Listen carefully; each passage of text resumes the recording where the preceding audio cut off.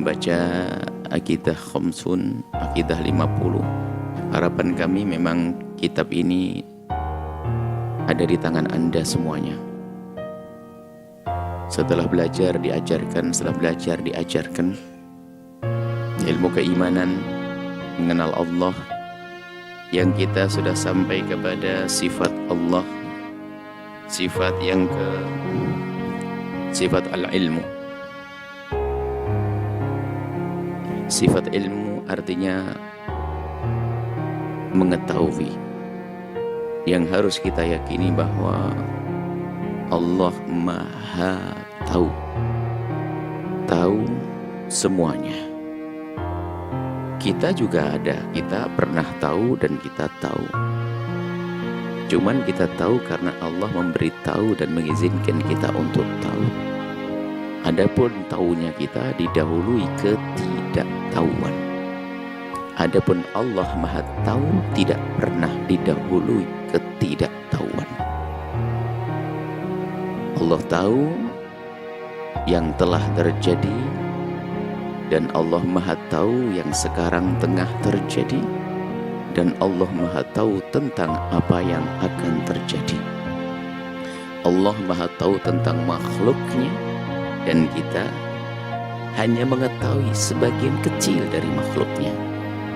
Dan Allah Maha Tahu tentang zatnya, dan kita tidak tahu tentang zat Allah.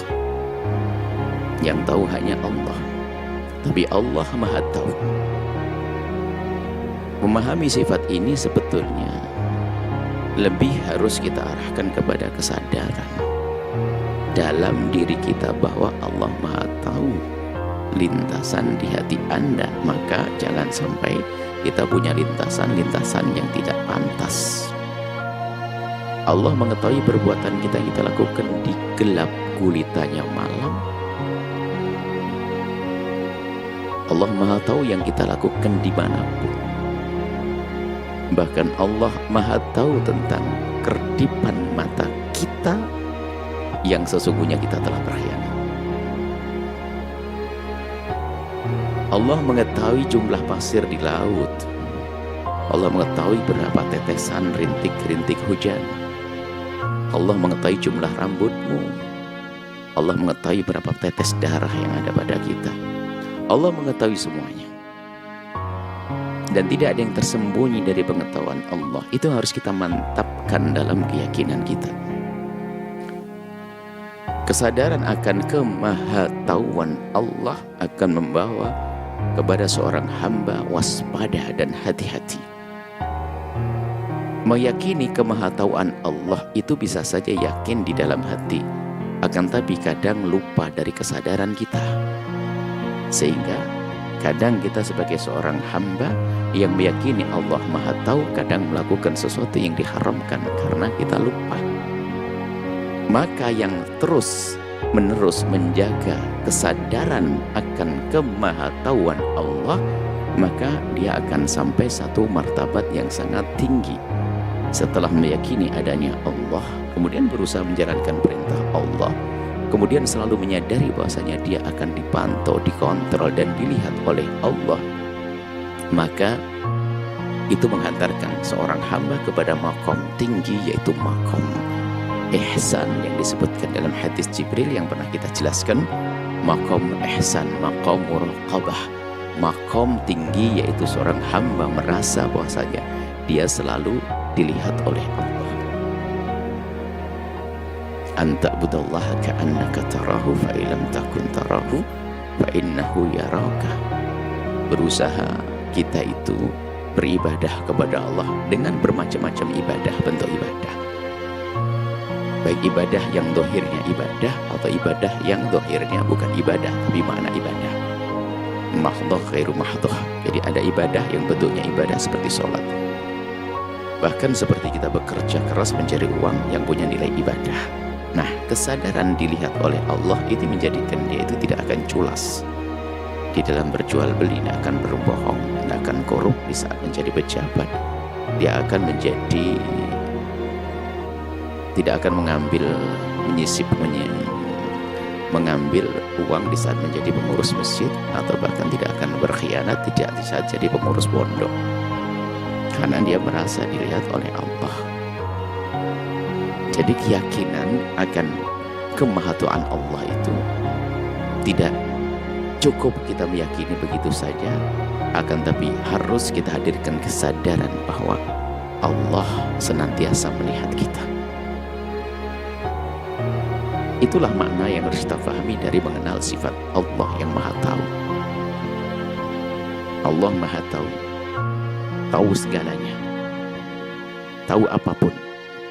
Baik kita baca di sini, maka tahu yang harus kita yakini bahwa Allah itu zat yang Maha Tahu terhadap segala sesuatu.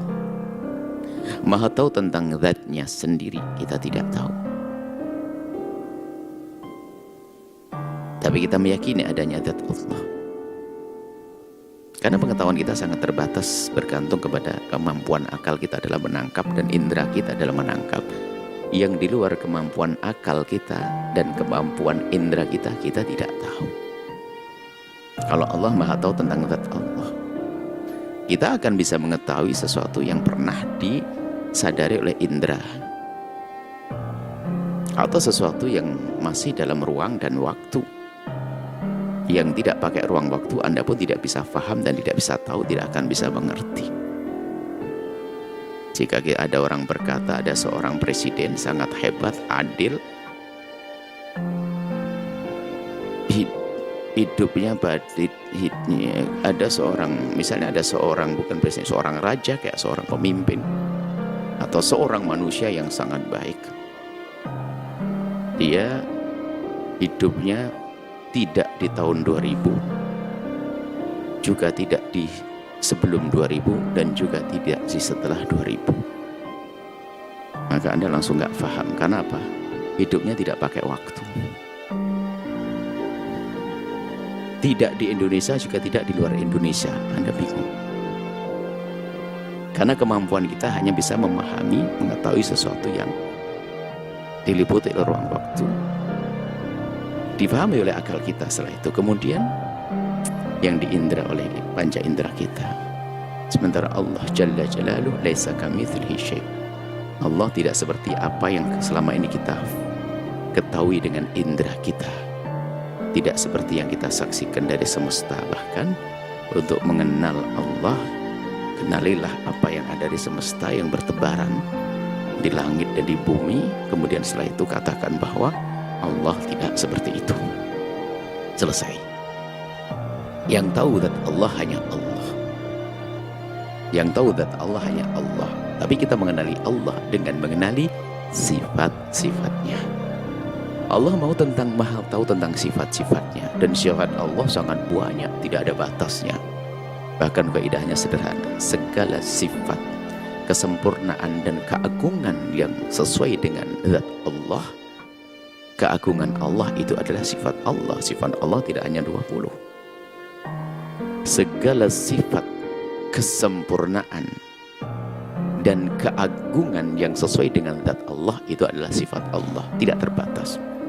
Sesuai dengan keagungan Allah ya. Tapi kalau kesempurnaan tidak sesuai dengan keagungan Allah, bukan sifat Allah. Manusia itu sempurnanya ya menikah, beristri, tapi jangan dinisbatkan kepada Allah sempurnanya. Nggak bisa sempurna untuk manusia atau zat Allah. Makanya segala sifat kesempurnaan yang sesuai dengan keagungan zat Allah itulah sifat Allah. Allah mengetahui sifat-sifatnya yang sangat banyak yang tidak berbatas.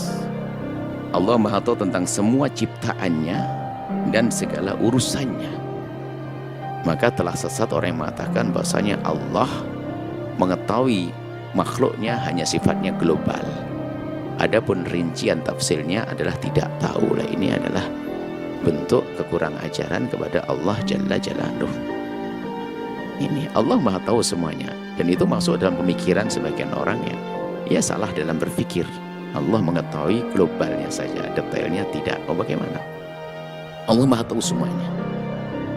Tidak ada satupun yang telah lalu, yang sedang terjadi dan akan terjadi, baik di dunia maupun di akhirat nanti, kecuali diketahui oleh Allah Subhanahu wa Ta'ala. Allah Maha tahu loh kalau Anda ini kelak akan punya anak yang hebat-hebat, soleh-soleh. Allah Maha tahu. Biarpun sekarang belum pada nikah misalnya. Nah, itu. Allah Maha tahu kalau Anda ternyata orang yang di tahun depan tuh bahagianya gak kira-kira semuanya. Kalau saya buat contoh nggak mau yang pahit-pahit, yang indah-indah deh. Baik. Dan Allah Maha mengetahui segala sesuatu baik secara global atau terperinci, sebab ada satu orang yang diagung-agungkan dari orang yang katanya berakidah yang benar, ternyata kepleset mengatakan Allah hanya mengetahui sesuatu yang sifatnya global, kalau rinci nggak tahu, belum beriman yang benar. Maha tahu jumlah pasir yang ada di lautan, jumlah bintang di langit, dan berapa tetesan tetes hujan yang telah diturunkan. Innahu ya'lamul jahra ma yakhfa. Allah Maha tahu yang tampak dan tersembunyi di mata kita, di pengetahuan kita. Kebalikan sifat ini adalah jahl, artinya bodoh. Maksudnya mustahil Allah bersifat bodoh atau tidak tahu atau tidak mengetahui tentang zatnya. Dan semua makhluk beserta urusannya, nggak boleh, tidak boleh kita meyakini Allah tidak tahu. Nah, ini yang harus kita yakini tentang kemahatauan Allah Subhanahu wa Ta'ala. Kita hari ini sifat ilmu saja, dan ini beda dengan sifat sama dan basor. Jadi sifat ilmu karena disebutkan oleh Allah di dalam Al-Quran, Allah Maha tahu.